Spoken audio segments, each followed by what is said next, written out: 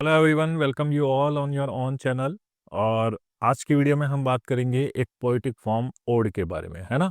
तो ओड के बारे में हम बात करें उससे पहले हमें थोड़ा सा जानना पड़ेगा किसके बारे में, पोइट्री के बारे में। तो हमें सबको पता है पोइट्री क्या होती है, रिदमिकल पैटर्न या म्यूजिकल पैटर्न पे लिखी हुई रिदमिकल लाइंस होती है, जिसके अंदर पोइट क्या करता है, अपने फीलिंग्स को, अपने इमोशंस को पोर आउट करता है। वो अपनी क्रिएटिविटी दिखाता है, जीवन से प्राप्त अनुभवों को अपने पाठकों तक, अपने रीडर्स के साथ में वो शेयर करता है। उसको हम क्या कहते हैं, पोइट्री कहते हैं। ठीक है, शॉर्ट फॉर्म में आप इस तरीके से समझ लीजिए कि उसको हम पोइट्री कहते हैं।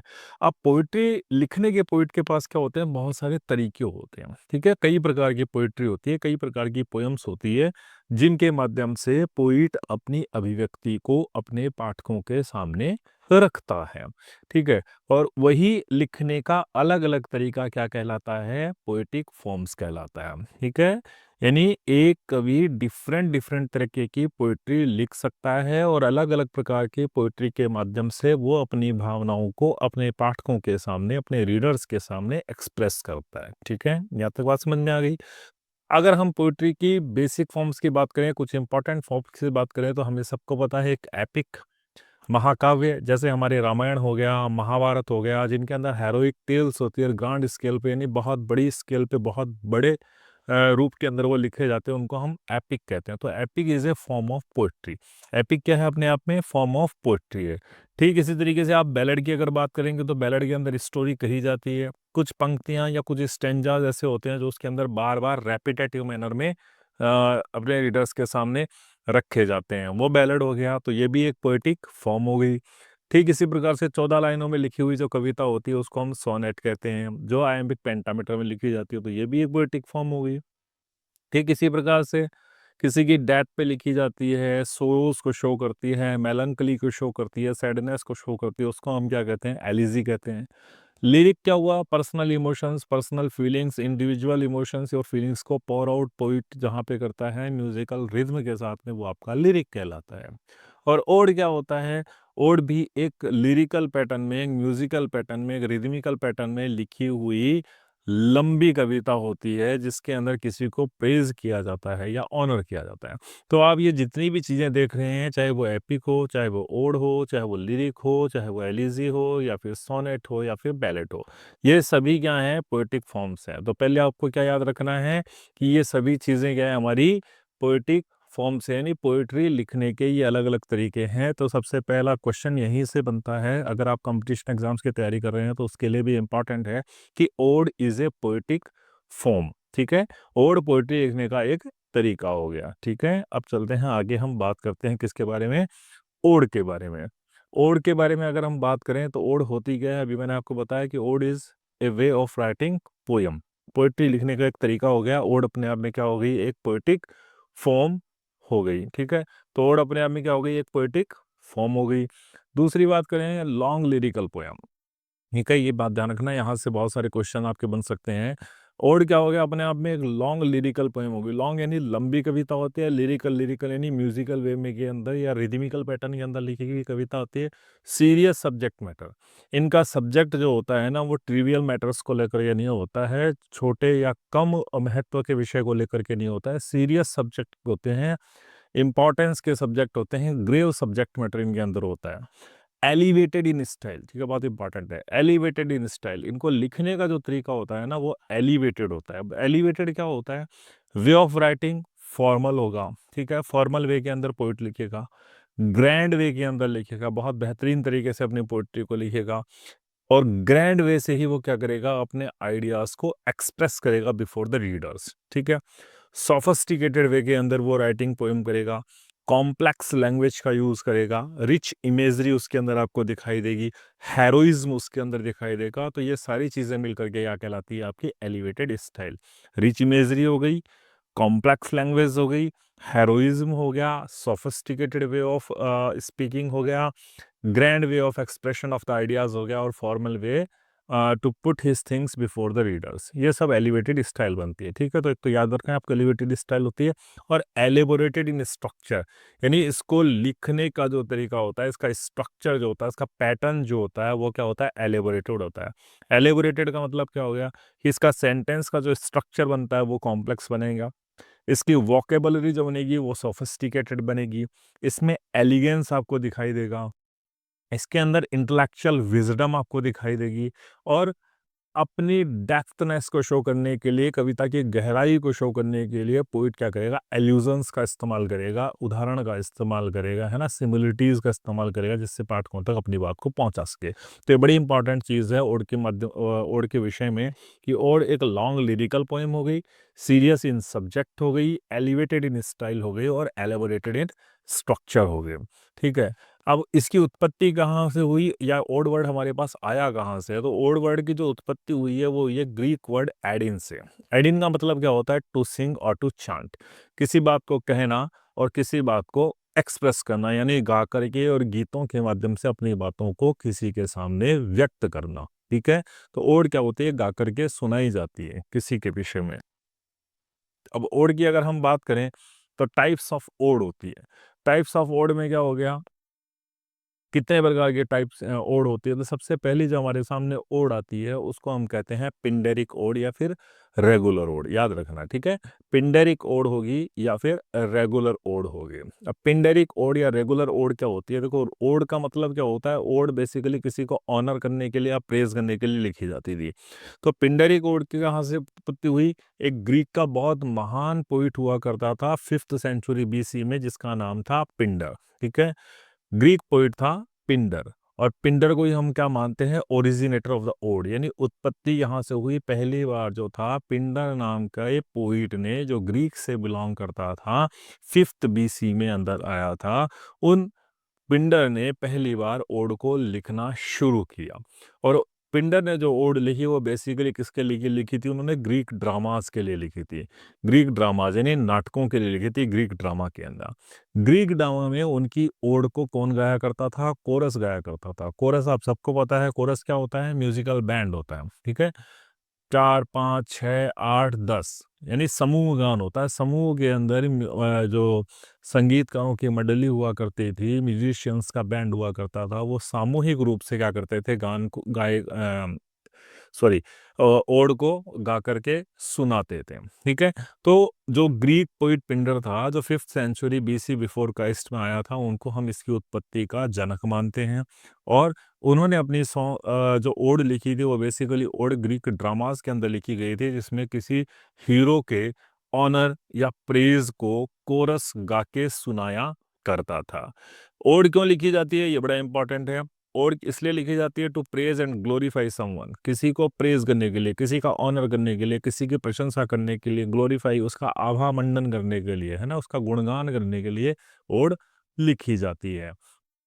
ये हैं हमारे ग्रीक के वो महान पोइट जिन्होंने पहली बार ओड लिखना शुरू किया था। इनका नाम क्या है, पिंडर है। ये कब आए थे, 5th सेंचुरी बीसी के अंदर, यानी 5th सेंचुरी बिफोर क्राइस्ट, ईसा के जन्म से पूर्व 5th सेंचुरी के अंदर हमारे पिंडर आए थे। ठीक है, दूसरी बात, जो रेगुलर ओड या पिंडरिक ओड या क्लासिकल ओड, आप कुछ भी कह सकते हो इनको, क्योंकि पिंडरिक ओड पिंडर के नाम के आधार पे पिंडरिक ओड बन गई।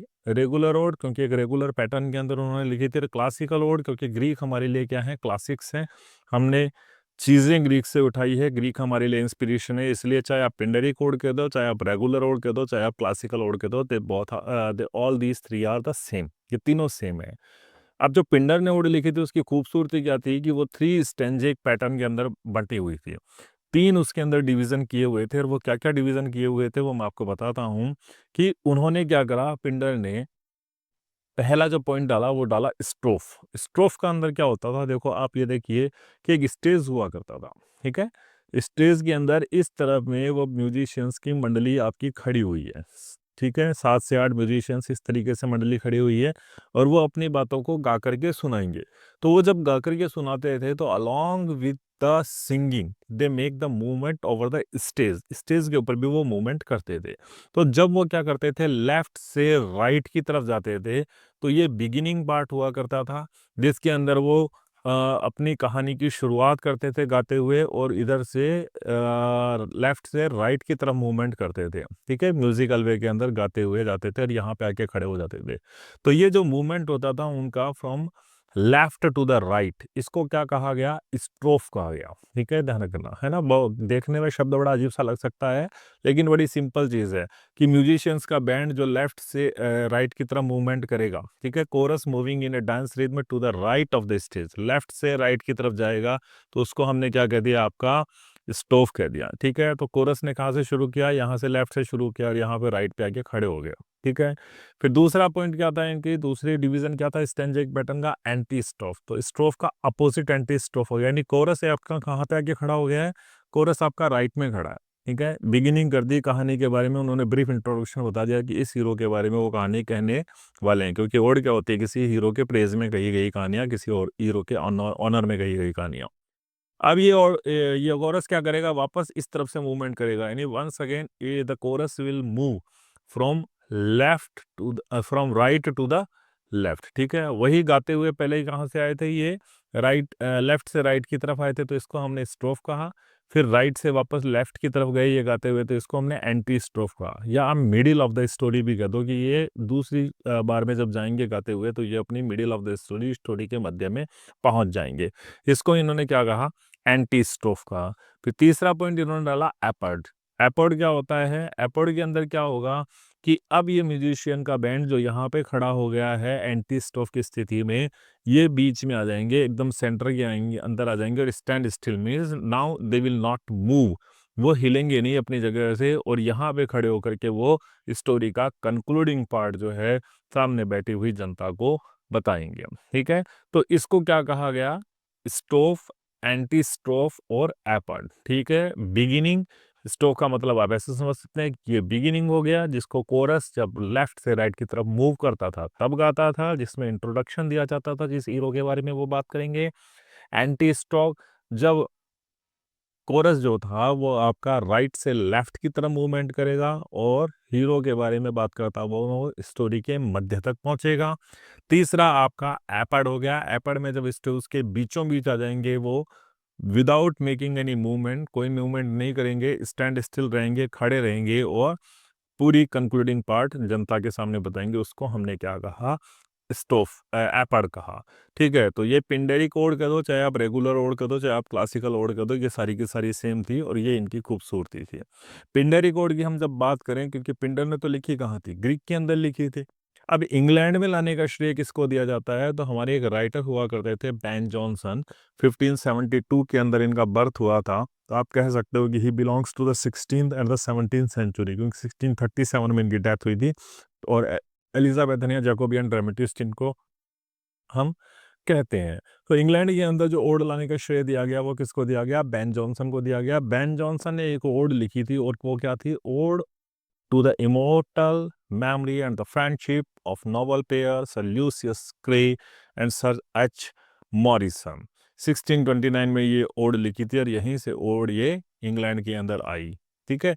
तो who is credited to bring the old form to the England? It was Ben Jonson, who was an Elizabethan or the Jacobean dramatist। दूसरा एग्जाम्पल पिंडरी कोड क्या लिख सकते हो, थॉमस ग्रे की एक बहुत फेमस ओड है the progress of poesy, Pindaric ode, जो उन्होंने लिखी थी 1757 के अंदर। तो ये आपकी क्या थी, पिंडरिक ओड थी। नेक्स्ट ओड जो आपके सामने आती है वो आती है आपकी कौन सी, कवलियन ओड, ठीक है। कवलियन ओड आपके सामने आती है 17th सेंचुरी में। इंग्लैंड के अंदर एक राइटर थे जिनका नाम था अब्राहम कॉवले, ठीक है। उन्होंने भी क्या करा, एक ओड के फॉर्म को लिखा। अब उन्होंने जब ओड की फॉर्म लिखी या उन्होंने जब अपनी ओड्स लिखी तो उन्होंने इमिटेट यानी नकल तो कर ली, किसकी, पिंडर की नकल तो कर ली, लेकिन पिंडर के स्टैंजा को उन्होंने नकल नहीं करा। पिंडर ने जिस पैटर्न के अंदर अपनी पोइट्री को लिखा था या पिंडर ने जिस पैटर्न में अपनी ओड्स को लिखा था, इन्होंने क्या करा, डिफरेंट पैटर्न पे अपनी ओड को लिखा और इन्होंने अपने स्टैंजा को फ्री छोड़ दिया अकॉर्डिंग टू द सब्जेक्ट और the mood off the poem. इनके स्टैंजा फ्री थे कि वो ऑल्टर हो सकते थे, उनकी लाइन में लेंथ में चेंज हो सकता था, वो फ्री थे, कोई फिक्स स्ट्रक्चर उनका नहीं था। तो जब इस प्रकार की ओड इंट्रोड्यूस की गई अब्राहम कॉवले के द्वारा इन द 17th सेंचुरी, जिसके अंदर पिंडर की ओड से डिफरेंट स्टेंजिक पैटर्न को फॉलो किया गया था, तो उसको क्या कहा गया? इरेगुलर ओड कहा गया या फिर कोवेलियन ओड कहा गया। इसका सबसे बेहतरीन एग्जाम्पल क्या है? ओ विलियम वर्ड्सवर्थ की एक ओड है, odd on the intimations of immortality from recollections of the early childhood, जो 1807 में लिखी गई थी। थर्ड टाइप की ओड जो है आपके सामने, उसको हम कहते हैं होरेटियन ओड। ठीक है, इरेगुलर रोड में तो क्या हो गया, इरेगुलर रोड में उन्होंने स्टाइल कॉपी कर ली पिंडरी कोड की, लेकिन स्टेंजा एक पैटर्न अलग कर दिया। अब एक होरेस हमारे रोमन पोइट आए, होरेस फर्स्ट सेंचुरी के अंदर आए, रोमन पोइट आए, उन्होंने भी क्या करा कि ओड लिखी, लेकिन उनकी ओड की क्या खास बात थी कि उन्होंने फॉर्मल वे ऑफ राइटिंग जो था लिखने का, ओड जो पिंडर की स्टाइल हुआ करती थी, उन्होंने इसको कॉपी नहीं किया, और उन्होंने क्या करा, इनफॉर्मल सॉरी मोर फॉर्मल वे के अंदर अपनी ओड्स को उन्होंने लिखा, जिसमें क्या था, उन्होंने जीवन के जो एवरीडे लाइफ के आपके विषय थे, एवरीडे लाइफ के जो सब्जेक्ट मैटर थे, उन्होंने उसको अपनी ओड्स के अंदर डाला। किसने?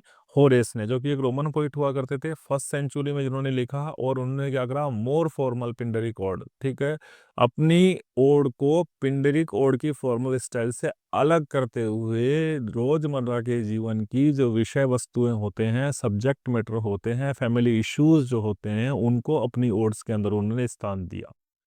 तो आप ये कह सकते हैं कि जहां पिंडरिक ओड किस चीज के लिए जानी जाती थी, इंटेंस पैशन के लिए जानी जाती थी, विजनरी करेज के लिए जानी जाती थी, फॉर्मल लैंग्वेज के लिए जानी जाती थी, उसके ठीक विपरीत होरेटियन ओड जो थी, जो होरेस ने लिखी थी, रोमन पोइट ने, वो मोर सीरीन, बड़ी शांत स्वभाव की थी, कॉन्टेम्पलेटिव मेडिटेटिव मूड की थी, इनफॉर्मल वे ऑफ राइटिंग, लिखने का तरीका इनफॉर्मल था, और पिंडर के फॉर्मेट की तुलना में ये शॉर्ट हुआ करती थी, ये छोटी हुआ करती थी। और होरेटियन ओड की अगर हम बात करेंगे, तो एंड्री मॉर्वेल की एक फेमस ओड है, an Horatian ode upon Cromwell's return from Ireland, और कीट्स की ओड है कुछ, और टू ऑटम, और ऑन ए ग्रेशियन अर्न, और टू द नाइटिंगेल। ये तीनों ही बेहतरीन एग्जाम्पल है किसका? अपने होरेटियन ओड्स का। ठीक है, तो ये तीन आपको विशेषकर ध्यान रखना है। पहली आपकी कौन सी हो गई? पिंडरी कोड हो गई, जो ग्रीक राइटर पिंडर के नाम के आधार पर रखी गई। दूसरी आपकी इर्रेगुलर ओड हो गई, जो किसके नाम पे रखी गई है? आपकी अब्राहम कौले के नाम पे रखी गई है, कौलियन ओड कहते हैं। और तीसरी आपकी रोमन पोइट होरेस के नाम पर रखी गई है, जिनको हम क्या कहते हैं? होरेटियन ओड कहते हैं। तो धन्यवाद। उम्मीद करता हूँ आपकी ओड का ये पैटर्न समझ में आ गया होगा, और जितनी मैंने चीज़ें इस वीडियो के अंदर बताई हैं, मोस्ट ऑफ द प्रोबेबली आपके लगभग सारे क्वेश्चन जो होते हैं इसी वीडियो के अंदर कवर हो जाते हैं। अगर आपने ये ढंग से देख लिया, तो आप ओड से संबंधित यदि कोई भी क्वेश्चन आता है, आप इजीली उसको कर पाएंगे। धन्यवाद। मिलते हैं जल्दी ही आपसे नेक्स्ट वीडियो में। लाइक करिए, शेयर करिए, कमेंट करिए, सब्सक्राइब करिए। Meet you soon again in the next video. Thank you, bye bye.